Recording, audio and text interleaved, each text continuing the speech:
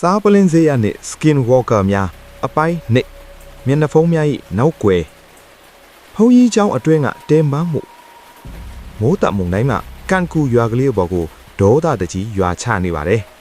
ရွာသူကြီးဦးတာတို့ဟာရွာသား30ကျော်ကိုရွာဦးဖုံးကြီးเจ้าရဲ့ခမ်းမဆောင်ဤထဲမှာစုဝေးစေပြီးတကားတွေကိုအပြင်ကနေဂျက်ကန့်တွေနဲ့တေချာပိတ်ခိုင်းထားလိုက်ပါတယ်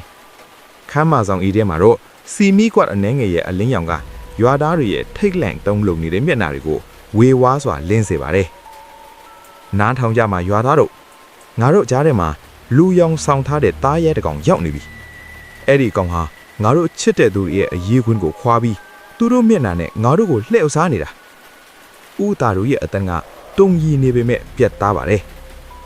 ရွာသားတွေဟာတယောက်မျက်နှာတယောက်တန်တရားမျက်လုံးတွေနဲ့ကြည့်ကြပါတယ်မိခင်ကသူ့ကလေးကိုတင်းတင်းဖတ်ထားပြီးလင်မယားတွေကလည်းအချင်းချင်းလက်ကိုဆွဲထားကြတယ်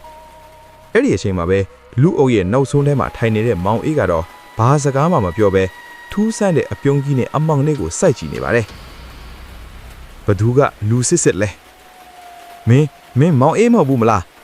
ရွာသားတယောက်ကထအော်လိုက်တဲ့အချိန်မှာအားလုံးကမောင်အေးစီကိုကြည့်လိုက်ကြတယ်မောင်အေးကဖြည်းဖြည်းချင်းထရလိုက်တာတယ်ကျွန်တော်မောင်အေးပါဦးလေးတို့ရဲ့ကျွန်တော်ကမယုံကြဘူးလားသူ့အတန်ကပုံမှန်တိုင်းပါပဲဒါပေမဲ့ဦးတာတို့ကတော့မြင်နေပါတယ်မောင်အေးရဲ့လေပင်ကအရေပြားတွေဟာတစ်ချက်တုံခါနေပြီးတဆုံတစ်ခုကအထဲကနေရုံးကန်နေတယ်လို့မျိုးပါအခြေအနေကရုံးရင်ဆိုင်ခတ်ဖြစ်လာပါတယ်တယောက်နဲ့တယောက်မင်းမျက်လုံးကထူးဆန်းနေတယ်မင်းအတန်ကငေါတိတယ်သူမဟုတ်ဘူးဆိုပြီးဆွဆွဲကြရင်အချင်းချင်းတက်ဖြတ်တော့မယ့်အခြေအနေကိုရောက်လာပါတယ်အဲ့ဒီအချိန်မှာပဲခမ်းမဆောင်ရဲ့ပဒင်းပေါက်တစ်ခုဝုန်းကနေပွင့်ထွက်သွားပြီးလေးပြင်းတွေနဲ့အတူအမဲရောင်ဝတ်စုံတဲ့လူတစ်ယောက်ရုပ်တရက်ခုံဝင်လာပါတော့တယ်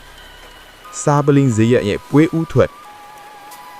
သူကတော့ဖီဒိုရာဥထုတ်ကိုငိုက်ဆောင်ထားပြီး trench coat အင်ကြီးစေကြီးဝတ်ထားတဲ့စားပလင်းဈေးရပါပဲသူကသူ့ရဲ့6လုံးပြားတက်နတ်ကိုထုတ်ပြီးဓမ္မယုံရဲ့မျက်နှာချက်ကိုပစ်လိုက်ပါတယ်ဒိုင်အားလုံးငြိမ်ကြသွားပါတယ်ဈေးရကဥထုတ်ကိုအသာမော့လိုက်ပြီးစူးရှာတဲ့မျက်လုံးတွေနဲ့လူအောက်ကိုဝေ့ကြည့်လိုက်တယ်ဘယ်သူမှမလုံနဲ့လူယောင်ဆောင်ထားတဲ့အကောင်ကအခုဒီထဲမှာတစ်ကောင်တည်းရှိတာမဟုတ်ဘူးနှစ်ကောင်ရှိနေတာဇေယရဲ့စကားကြောင့်တခန်းမှလုံးရေခဲသမျှအေးဆက်သွားပါတယ်ထိတ်လန့်ဖွယ်ရအဆုံးတက်ဇေယကဖြည်းဖြည်းချင်းလမ်းလျှောက်လာပြီးမောင်အေးရဲ့ရှေ့မှာရပ်လိုက်ပါတယ်မင်းရဲ့အရေးခွင်ကယုံနေပြီမောင်အေးပြီးတော့မင်းရဲ့နောက်ကလူကိုလည်းပြောလိုက်ပါသူ့ရဲ့အမီးကိုအင်ကြီးအောက်မှာကောင်းကောင်းခွဲထားဖို့ဇေယစကားဆုံးတဲ့မောင်အေးရဲ့ဘေးမှာကတ်ထိုင်နေတဲ့ရွာသားတယောက်ရဲ့ခန္ဓာကိုယ်ကြီးကရုတ်တရက်ကြီးတွားလာပြီးခမ်းမဆောင်ရဲ့မျက်နှာချက်ကိုခေါင်းနဲ့တိုက်မတာထည့်သွားပါတယ်သူ့ရဲ့လူမျက်နှာဖုံးကြီးကနှစ်ချမ်းကွဲထွက်သွားပြီးအထဲကနေသွားဆွေတငုံငုံနဲ့တားရဲ့ခေါင်းကြီးထွက်လာပါတော့တယ်ဝုန်း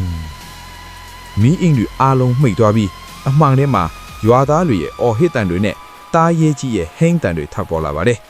ဇေယက်ကတနက်ကိုအသင့်ပင်ရင်အမှောင်ထဲကိုစိုက်ကြည့်လိုက်ပါတယ်ကဲအမဲလာပွဲစပြီ